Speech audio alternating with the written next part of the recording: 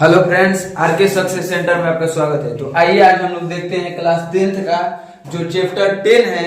Chapter 10 में आज हम लोग देखेंगे क्या, क्रांति कोण। ठीक ना, इससे पहले वाले क्लास में हम परावर्तन, अपरावर्तन, लाइट, प्रकाश क्या होता है सब बता रखे हैं। ठीक ना, आज हम लोग पढ़ेंगे क्या, क्रांति कोण किसे कहते हैं, क्रिटिकल एंगल के बारे में समझेंगे। ठीक ना, क्रिटिकल एंगल क्या है, देखिए जब प्रकाश की कोई किरण सघन माध्यम से विरल माध्यम में प्रवेश करती है। अब सघन माध्यम विरल माध्यम क्या होता है, तो हम प्रकाश के अपरावर्तन में बहुत अच्छा से बता रखे हैं कि सघन माध्यम मतलब क्या होता है, घनत्व क्या होता है, कम होता है या ज्यादा होता है, और विरल माध्यम मतलब क्या होता है। ठीक ना, तो अभिलंब से दूर भागती है। जब प्रकाश की कोई किरण सघन माध्यम से विरल माध्यम में प्रवेश करती है, जैसे यहाँ पर देखिएगा सघन माध्यम से विरल माध्यम आ रहे हैं। सघन माध्यम का मतलब हम लोग मान लेते हैं क्या, पानी मान लेते हैं। ठीक ना, पानी मतलब जल आप लोग लिख सकते हैं सघन माध्यम, और विरल माध्यम को हम लोग क्या मान सकते हैं, तो हवा मान सकते हैं। ठीक ना, तो जब प्रकाश की कोई किरण सघन माध्यम से, देखिए यहाँ सघन माध्यम से विरल माध्यम में प्रवेश करती है, इसको जाना चाहिए था कैसे,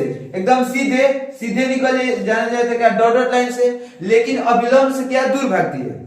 जब प्रकाश की कोई किरण सघन माध्यम से विरल माध्यम में प्रवेश करती है तो वो अविलंब से दूर भागती है। जब आपतन कोण का मान, देखिए ध्यान समझिए, ये पीओ क्या हुआ, आपतित किरण, पीओ क्या हुआ, आपतित किरण। ठीक ना, और जो ओ क्यू हुआ क्या हुआ, अपरावर्तित किरण। ठीक ना, जब आपतन कोण का मान यह हुआ आपतन कोण आई, और इसको बोलते हैं अपरावर्तन कोण आर। ठीक ना, इसको बोलते हैं आपतन कोण आई, इसको बोलते हैं अपरावर्तन कोण आर। ठीक ना, तो जब प्रकाश की कोई किरण सघन माध्यम से विरल माध्यम में प्रवेश करती है तो अविलंब से दूर भागती है, चाहे दूर हटती है। ठीक ना, अब देखिए जब आपतन कोण का मान, जब आपतन कोण का मान बढ़ाए, तो जब आपतन कोण का मान बढ़ाएंगे तो अपवर्तन कोण का मान भी क्या होगा, बढ़ेगा। जैसे मान लीजिए कि कोई हम लोग मान लीजिए ये कोई सघन माध्यम है, इसको मान लेते हैं सघन माध्यम है, ये कोई विरल माध्यम है। ठीक ना, ये कोई सघन माध्यम है, ये क्या है, विरल माध्यम है। ठीक ना, जब आपतन कोण का मान, ध्यान से समझिएगा, ये हुआ आपतित किरण, क्या हुआ, आपतित किरण। ठीक ना, जाना चाहिए था कैसे, सीधे, लेकिन अविलंब से क्या भागेगी, दूर भागेगी। ठीक ना, ध्यान से समझिएगा आप लोग। आपतन कोण ये होगा, आपतन कोण आई मान लेते हैं, इसको अपवर्तन कोण क्या मान लेते हैं, आर मानते हैं। जब आपतन कोण का मान बढ़ाएंगे, जब आपतन कोण का मान बढ़ाएंगे, जैसे मान लीजिए तो आपकी बार जो किरण आपतित हो रही है, यहां से आपतित हो रही है। ठीक ना, तो जब आपतन कोण का मान बढ़ाएंगे तो अपवर्तन कोण का मान भी क्या होगा, बढ़ेगा। अब देखिए आर इतना हो गया। ठीक ना, फिर आपतन कोण का मान बढ़ाएंगे तो अपवर्तन कोण क्या हो जाएगा, सीधे हो जाएगा। ठीक ना, ध्यान से समझिएगा आप लोग। जब हम लोग आपतन कोण का मान बढ़ाएंगे तो अपवर्तन कोण, तो अपवर्तन कोण का भी मान क्या होगा, बढ़ेगा। अर्थात आपतन कोण के किसी खास मान के लिए, आपतन कोण के किसी खास मान के लिए यदि अपवर्तन कोण 90 डिग्री हो जाए, यदि अपवर्तन कोण कितना डिग्री हो जाए, 90 डिग्री हो जाए, तो उस आपतन कोण को हम लोग क्रांतिक कोण कहते हैं। जैसे अब से आप लोग ध्यान से समझिएगा। ठीक ना, एक बार और देखिएगा आप लोग अच्छा से, देखिए यहाँ पर जैसे हम मान लेते हैं कि कोई प्रकाश की किरण, कोई प्रकाश की किरण सीधे आपतित हो रही है। ठीक ना, इसको जाना चाहिए था कैसे, एकदम सीधे निकल जाना चाहिए था। ठीक ना, इसको सीधे निकल जाना चाहिए था, लेकिन मान लीजिए कि कोई, जैसे मान लीजिए कि यह कोई आपतित किरण है, आपतित किरण है, और जब सघन माध्यम से विरल माध्यम में प्रवेश करेगी तो अविलंब से दूर हटती है।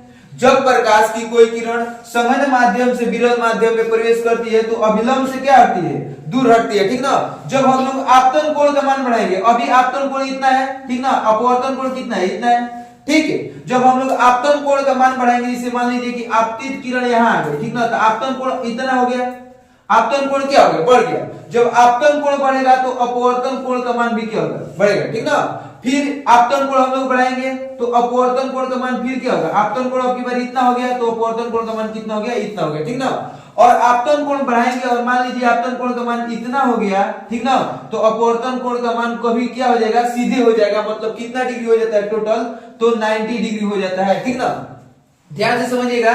आपतन कोण के किसी खास मान के लिए, आपतन कोण के किसी खास मान के लिए यदि अपवर्तन कोण 90 डिग्री हो जाए, जैसे देखिए यहाँ पर ये कोई पीओ आपतित किरण है, आपतन कोण इतना है, ठीक ना। यदि हम आपतन कोण को बढ़ा दिए और आपतन कोण को बढ़ाकर इतना कर दिए, ठीक है, आपतन कोण को बढ़ा दिए, आपतन कोण बढ़ाकर इतना कर दिए, तो अपवर्तन कोण क्या हो गया, सीधे कितना हो गया, 90 डिग्री हो गया।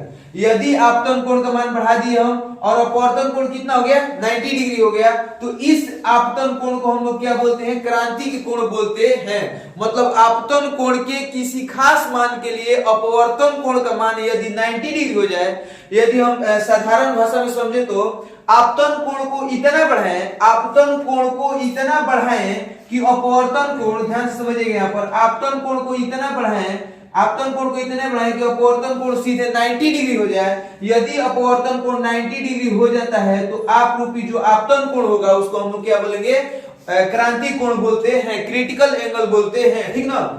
ध्यान से आप लोग समझिएगा थोड़ा सा। जैसे देखिए यहाँ पर कि जो आपतन कोण का मान बढ़े हैं, इतना आपतन कोण जो सी है, इसको क्रिटिकल एंगल को हम लोग सी से सूचित करते हैं। क्रिटिकल एंगल को किससे सूचित करते हैं, हम लोग सी से सूचित करते हैं, ठीक ना। यदि क्रिटिकल एंगल सी है और अपवर्तन कोण का मान 90 डिग्री हो गया, तो जो आपतन कोण है, इसी आपतन कोण हम लोग क्या बोलेंगे, इसी आपतन कोण को हम लोग क्रिटिकल एंगल यानी क्रांति कोण बोलेंगे, ठीक ना। अच्छा, एक बात इसमें ध्यान रखिएगा कि जब भी क्रांति कोण होगा तो जो माध्यम होना चाहिए संघन टू विरल होना चाहिए, ठीक ना। जो माध्यम होना चाहिए संघन माध्यम टू विरल माध्यम होनी चाहिए, न कि विरल माध्यम से संघन माध्यम। यदि विरल टू संघन होगा तो 90 डिग्री नहीं होगा, ठीक ना। तो आप लोग ध्यान से समझिएगा, यहाँ पर क्रांति कोण को क्रिटिकल एंगल सी से सूचित करते हैं, ठीक है। अर्थात अपवर्तनांक, ध्यान से समझिएगा आप लोग, अपवर्तनांक म्यू बराबर 1/sin c होता है।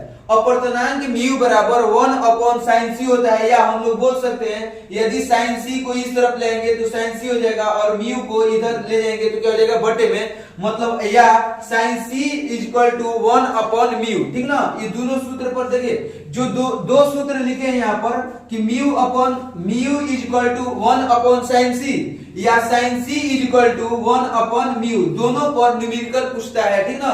क्लास 10th में या कॉम्पिटिटिव एग्जाम में भी इस पर क्या अच्छा न्यूमेरिकल आता है, ठीक है।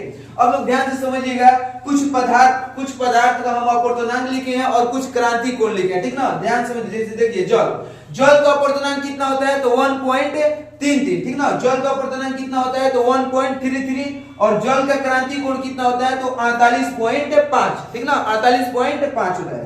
जबकि क्राउन कांच का अपवर्तनांक कितना होता है, तो 1.52, क्राउन कांच का अपवर्तनांक कितना होता है, तो 1.52, जबकि क्रांति कोण क्या होता है, क्राउन कांच का क्रांति कोण होता है 41.5, जबकि फ्लिंट कांच का अपवर्तनांक है 1.65, जबकि क्रांति कोण 37.4 होता है।